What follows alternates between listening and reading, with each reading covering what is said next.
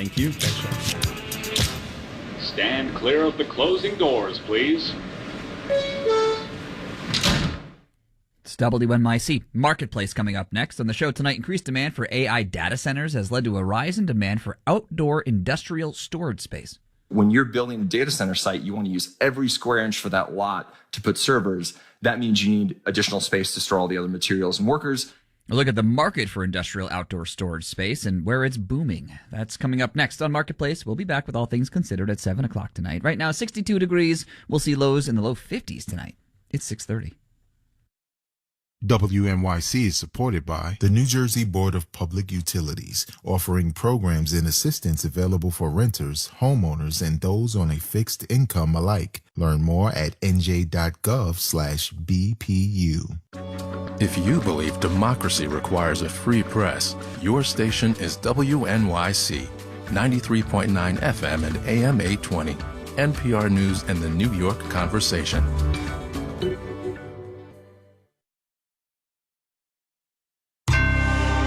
Marketplace is supported by Progressive Insurance with Snapshot. Learn more about Snapshot at progressive.com or 1-800-PROGRESSIVE. Snapshot not available in California or from all agents. I could say we're going to do the labor market and recession indicators, which we are, but mostly on the program today, summer romance. From American Public Media, this is Marketplace. Marketplace is supported by LHH. LHH empowers professionals and organizations to achieve their ambitions and secure lasting impact through custom advisory services and talent solutions. LHH, a beautiful working world. Learn more at lhh.com/beautiful. And by Solidigm. Today's AI ambitions require a different approach to storage. Solidigm offers solid-state storage solutions optimized for AI with higher capacities, greater speed, and energy efficiency. StorageForAI.com. And by Drexel University, whose cooperative education program provides students with opportunities to explore future careers and gain professional experience before graduation. More at drexel.edu. I'm Kai Risdell. It is Thursday today, October 2. Good as always to have you along, everybody. We begin today with the American labor market. We do so for a couple of reasons. Number one, if your routine on the first Friday of every month is to fire up your computer at 8:30 Washington time to check on the monthly unemployment report, you can go ahead and take tomorrow off. The Bureau of Labor Statistics has been declared non-essential, and so a jobs report there will not be.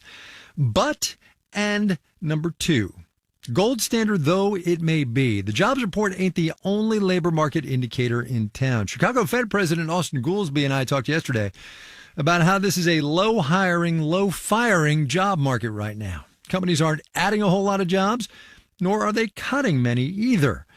That said, though, and while most companies are holding on to people, the outplacement firm Challenger Gray & Christmas says this morning employers have announced more layoffs so far this year than in any year since 2020.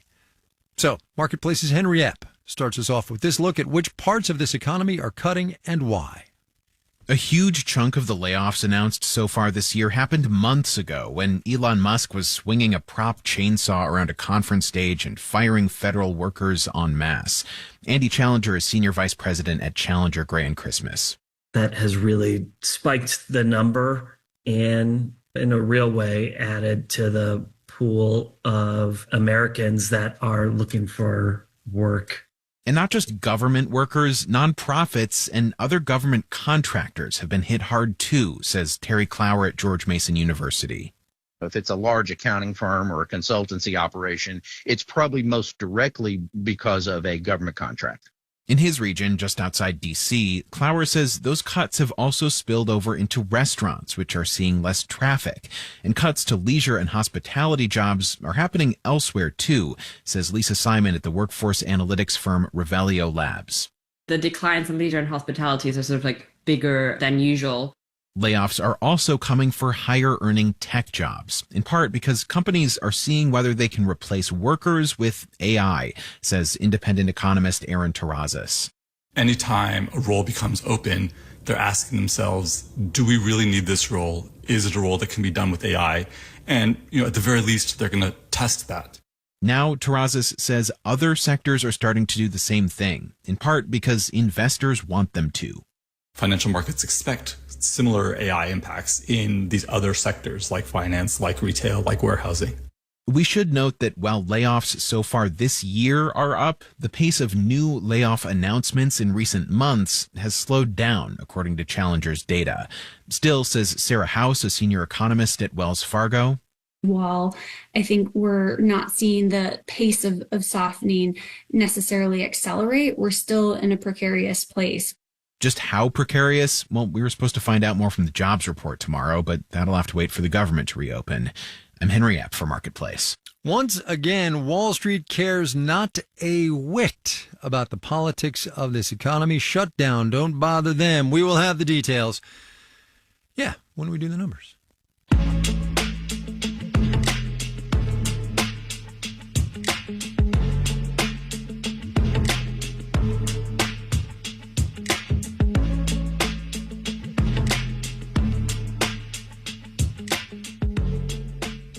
Henry was just telling us about layoffs, one of the key metrics of the Labor Department, which is itself one of the things that economists and analysts keep an eye on to see which way the economy is leaning, recession or no recession. To be extremely, very ultra clear right here, we are not in one. But that doesn't mean people's antennae aren't up. So other than the usual suspects, what might one watch for signs of an economic turn? Enrollment goes up in undergraduate and graduate programs during recessions. Caroline Hawksby is a professor of economics at Stanford, also the head of the Economics of Education program at the National Bureau of Economic Research. So, enrollment in higher education and recessions. Discuss. It's just a sensible thing to do.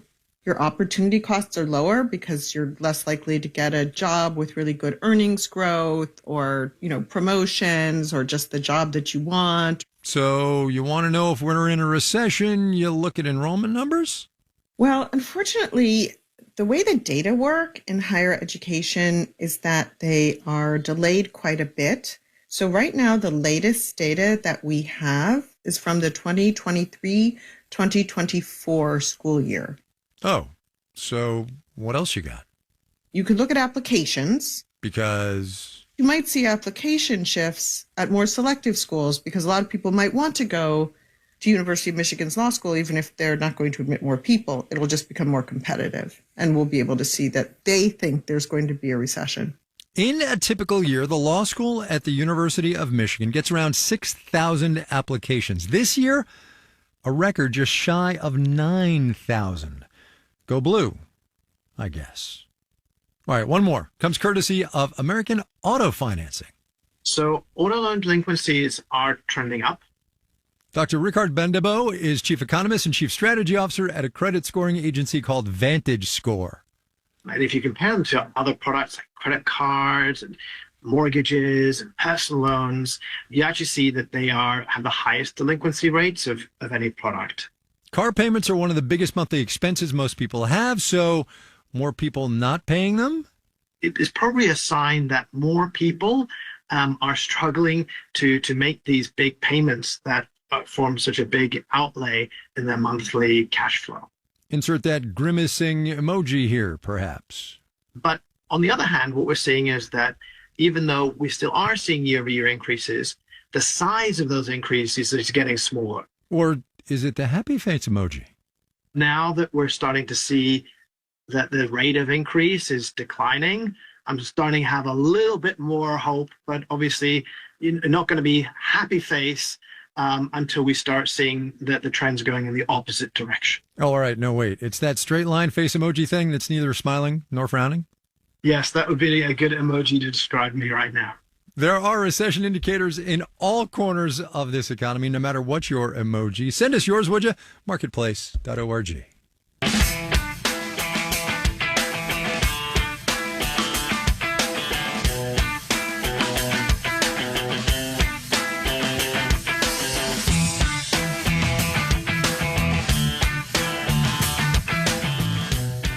The global supply chain, as we have talked about a lot, is a complicated beast, at least in part because as much as companies might try, they can't always find their way to just-in-time delivery. So trucks and containers and equipment need a place to be put while they wait.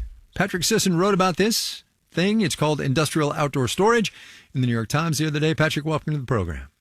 Yeah, thanks for having me. I confess this is a new one for me. Industrial outdoor storage, IOS, I'm told is the abbreviation. What is it? Yeah, it's been described to me as a beautiful, ugly duckling. Basically, this is sort of the logistics kind of other spaces, places where you park trucks, places where you store trailers, places where you park construction machinery. It doesn't look like much, but it's become a target for tons of investment from a lot of big investors recently. Okay, why? What is it used for? So really what happened was people realized, especially during the pandemic, that there's a limited supply of these spaces. People aren't clamoring to build more. Cities really don't want big truck parking lots all over the place. So the supply is very limited. During the pandemic, when you saw huge run-ups in logistics and supply chain issues, it became apparent this stuff's really valuable. And demand kind of skyrocketed, and investors followed that. And now comes AI, which is the gist of your story.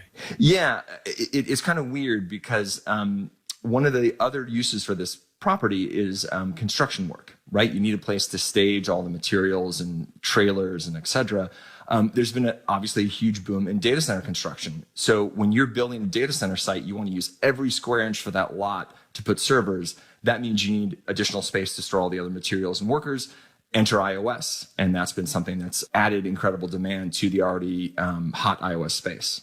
And now the biggies like JP Morgan and Blackstone are investing a boatload of money in snapping these places up.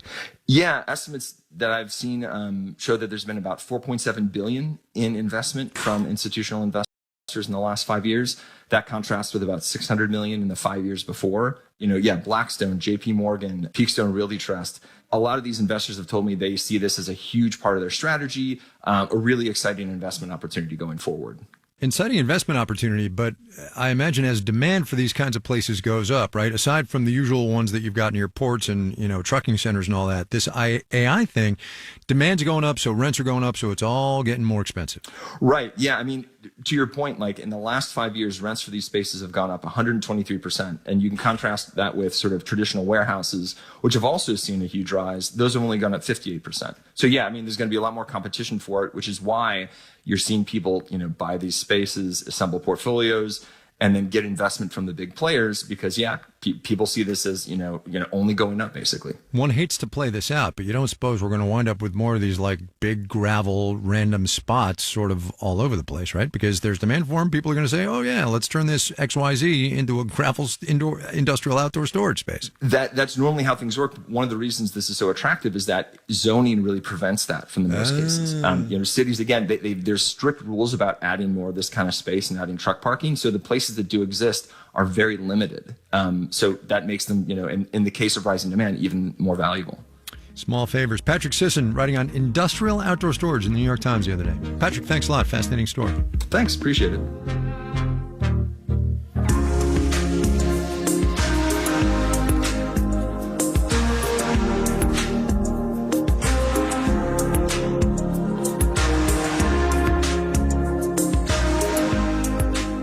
Just because the government's closed doesn't mean the government's closed, if you know what I mean. The executive branch does have some discretion about what's essential and what isn't, and it seems the White House has decided that inserting the government farther into corporate ownership is indeed essential. On top of the 10% stake it has taken in Intel and the golden share Washington now has in U.S. Steel, the Trump administration announced yesterday it is taking a 5% stake in Lithium Americas, which is trying to open a lithium mine and a processing plant in Nevada. There has been, as you may be aware, a years-long effort by the U.S. government to onshore its supply of critical minerals that are used in everything from smartphones to fighter jets. But at the same time the government is investing in lithium production, it is also undercutting market demand for that very commodity, as Marketplace's Daniel Ackerman explains. Once it's up and running, Thacker Pass could be one of the most productive lithium mines on Earth, says Salim Ali, professor of geography at the University of Delaware. So this one definitely will help the U.S. in terms of supply security from mine to market. And that market can be summed up pretty simply, says Jessica Transick of MIT. Lithium-ion batteries. Lithium-ion batteries, she says, like those used in electric vehicles. When we look globally, the growth in EV demand continues to be strong. Here in the U.S., though, Morgan Bazilian of the Colorado School of Mines says EVs have not been stated priorities of the Trump administration thus far. In fact, the administration ended tax incentives for EVs just this week. Car makers say that will hurt sales of EVs and the lithium they contain. The demand side of that equation certainly will take a hit. And this policy dissonance with support for lithium production, but not for the products that use it, raises a question for Chris Berry, president of the consulting firm House Mountain Partners. If we are going to be producing lithium domestically, which is the intent with Lithium Americas, where will it go? He says there is still a robust global demand for the metal, even though the market is well supplied at the moment. But more broadly, Berry says the U.S. push to control its mineral supply is starting to resemble that of its chief economic competitor. It seems like we're becoming more Chinese, right? We're picking a national champion and we're sort of subsidizing the company or anointing the company. If all goes according to plan, Thacker Pass will begin full-scale production in 2028 as one of just 2 lithium mines in the U.S. I'm Daniel Ackerman for Marketplace.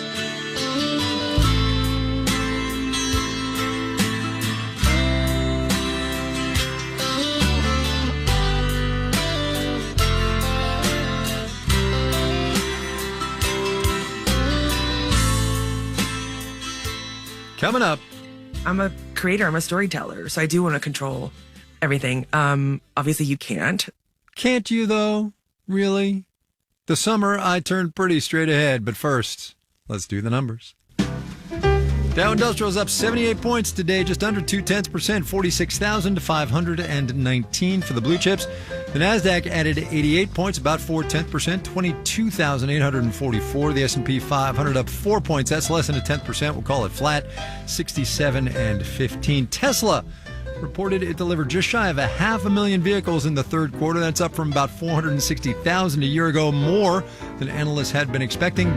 However, remember, the end of federal tax credits for EVs has been juicing sales. Tesla slowed down 5.1% today. Bonds went up. Yield on the 10-year T-note down 4.08% on the 10-year. You're listening to Marketplace. The Numbers is supported by Odoo.com, your entire business on one platform. Marketplace is supported by Yubico, makers of the YubiKey, protecting the applications and accounts that people and businesses rely on every day. YubiKey helps stop phishing attempts and hackers. YubiKey, still undefeated, the original passkey. More at Yubico.com.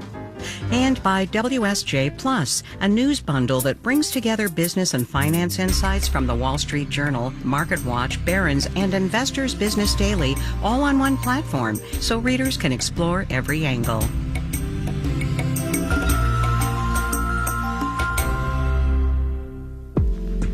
We'll keep you up to date on the government shutdown and speak with lawmakers and federal workers at the center of the story. Also, how the Constitution has been amended and reinterpreted throughout history. There are very difficult constitutional battles ahead, but there's a lot to be learned from the way those battles were waged in the past. On the next Morning Edition from NPR News.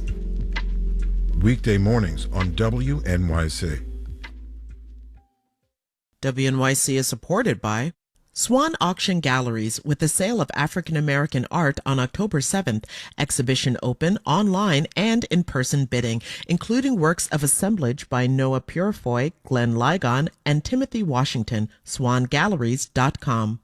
You're listening to Marketplace on WNYC. In the 7 o'clock hour of All Things Considered, on the eve of the WNBA Finals, the league is embroiled in drama after a star player criticized league officials. We're going to hear more about why and much more at 7 o'clock. Stay tuned. This is Marketplace. I'm Kai Ryssdal. Here's today's If You Know, You Know segment, and it starts with a question. Are you Team Conrad or are you Team Jeremiah? I'm not going to judge you, but Team Conrad is the only right answer here. The subject at hand is the Amazon Prime series The Summer I Turned Pretty, a coming-of-age story about Belly Conklin, she's the one who turned pretty, and the two aforementioned brothers, Jeremiah and Conrad. Mega hit does not really do this thing justice. Amazon says the 2-episode premiere of the final season that just ended had 25 million viewers. Jenny Han is the creator and the showrunner. She's also the author of the original young adult trilogy that the show is adapted from, and we got her on the phone from New York the other day. Hey, Jenny, Kai Risdall in Los Angeles. How are you? Hi, good, thank you. So I have to tell you a very quick story before we get going. You ready? Yes. All right. My daughter is the big fan of yours in the household, and she just graduated from high school. We just dropped her off for college the other day. But about 2 weeks ago, she was out with a friend of hers that she graduated with, and they pulled into the driveway coming back from lunch or whatever it was, and her friend leaned out the car window as I was walking back into the house, and she said, "Hey, Mr. Risdall, is it true you get to interview Jenny Han?" So I would just like to tell you I'm the most popular dad in my town right now. I like to hear that. There you go. So the finale's been out for, I don't know, a couple of weeks now. Number one, how does it feel to finally have it out in the world? It feels like a relief. We were keeping a really tight lid on everything. So I'm happy that it's finally just all out there. Are you taking a couple of weeks off? What are you doing? No, I'm just working. That's not the way it's supposed to work. I know. What are you doing? I'm working on the script for the movie. Oh. And you know, all the other sort of like businessy things, I suppose. Well, so that actually gets me to one of the questions I wanted to ask you. You now have, and you can quibble with this phrase if you like, but you have built something of an empire. And I guess, are you a writer or are you now a businesswoman? I think I've always been both. Huh. Say more about that. Yeah. How do you do both? You know, honestly, you kind of have to, because, you know, I've been writing books since I was in my early 20s, and book publishing is very different from Hollywood in that there's not as much money. It's a much more, I would say, genteel kind of industry. So you really have to, from the very beginning, be selling yourself, selling your books. And I think with social media, that's definitely, that has increased. But when I started out, there wasn't even that. So it was more, you know, Lily Loman style, going to the bookstore and having your little bag of books that you go around and sell. And now here you are, though, with a deal with Amazon. You have a handful, I'm sure, or more of projects in the works. I guess I want to know what your stress level is like. Always high. Like how do you write though when your stress level is so high? I mean, I just do. It's so different for me. Writing scripts and writing TV is very different than writing books. In terms of the headspace that I'm in, because on a regular day, I'm having a marketing meeting or a meeting about merchandise, and that's kind of splitting into the day. Whereas when I'm book writing, you have to be, for me, I'm almost in a kind of trance. So it's just a different kind of brain that I use. Can we talk creative control here for a second? You had some opportunities on some of your work, early-ish on, I suppose, and you passed until you could sort of do it the way you wanted to do it. Why? What specifically was it that you want to control over, I guess? Everything. Okay, then. Jenny Han, control freak. No, I'm kidding. I am.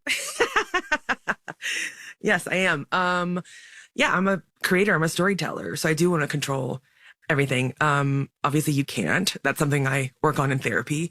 But I would say that as a novelist, you are the producer, the costume designer, the scriptwriter, you're everything, the casting director, because you are, making it all up in your head. So I'm used to that level of control. And that's why right now, with Summer I Turned Pretty, we started in television because the writer is in the driver's seat in that medium. Is there anything you do different in your rise? Because look, you worked at an Olive Garden. You were a nanny, right, or an au pair? Which were you? I was a nanny. Yes, Yeah. yes. I was a paid companion. Right. For a girl who I think you've said at one point didn't really need a nanny anymore. No, she didn't. But we were really good friends.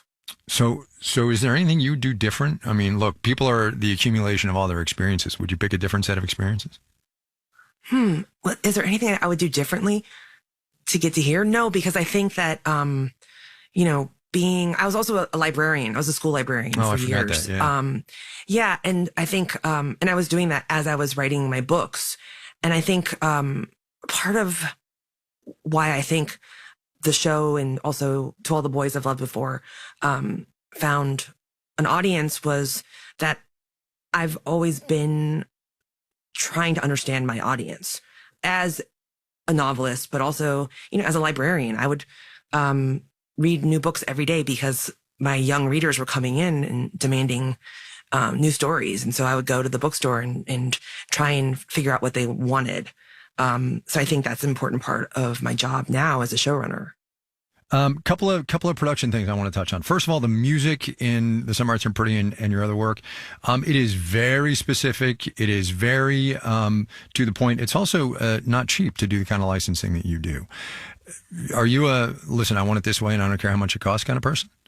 No, I'm reasonable. I think that you want to do it justice no matter what. So if it's a really big song or a song that I think has special meaning for the singer, for the musician, then you want to make sure that you're placing it in a scene that really highlights it and lets it be a focal point.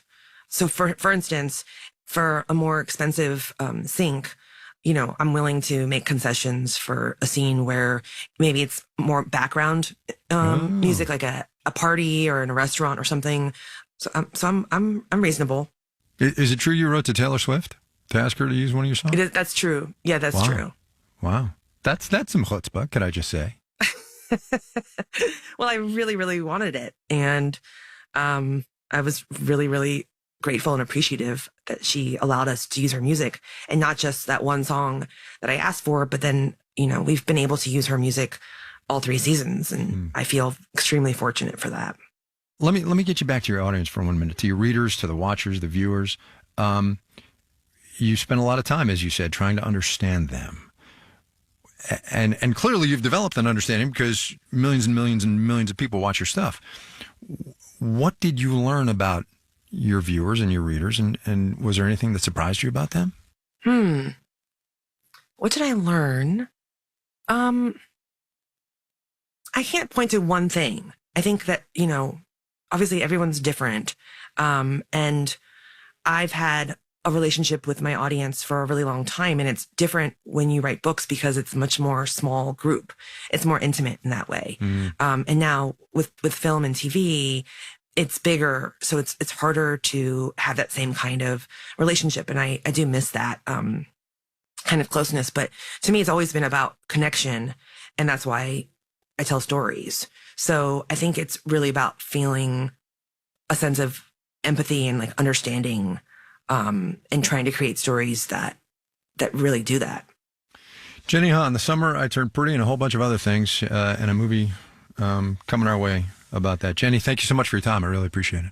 Thank you. It was nice to meet you, Kai. Yeah, my daughter's going to be very jealous. Tell her I said hi.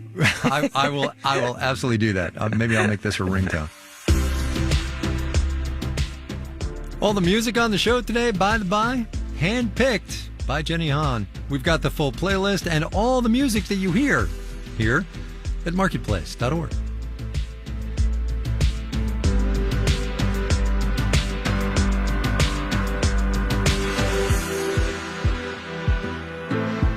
Marketplace is supported by JLL, a global commercial real estate firm combining predictive insights with guidance, helping clients find, manage, and invest in properties across all sectors. JLL.com. JLL, see a brighter way.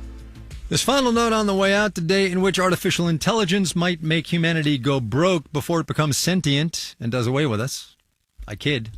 Kinda. Saw this on Bloomberg that AI data centers have added $7.3 billion in power costs to the biggest power grid in this economy as of its last energy auction. That grid covers the Midwest over to the Mid-Atlantic. Data center demand, that company reports, accounted for 45% of total power supply costs this past summer. Our daily production team includes Andy Corbin, Nicholas Guillaume, Maria Hollenhorst, Iru Ekpanobi, Sarah Leeson, Sean McHenry, and Sophia Terenzio. And I'm Kai Rizdal. We will see you tomorrow, everybody.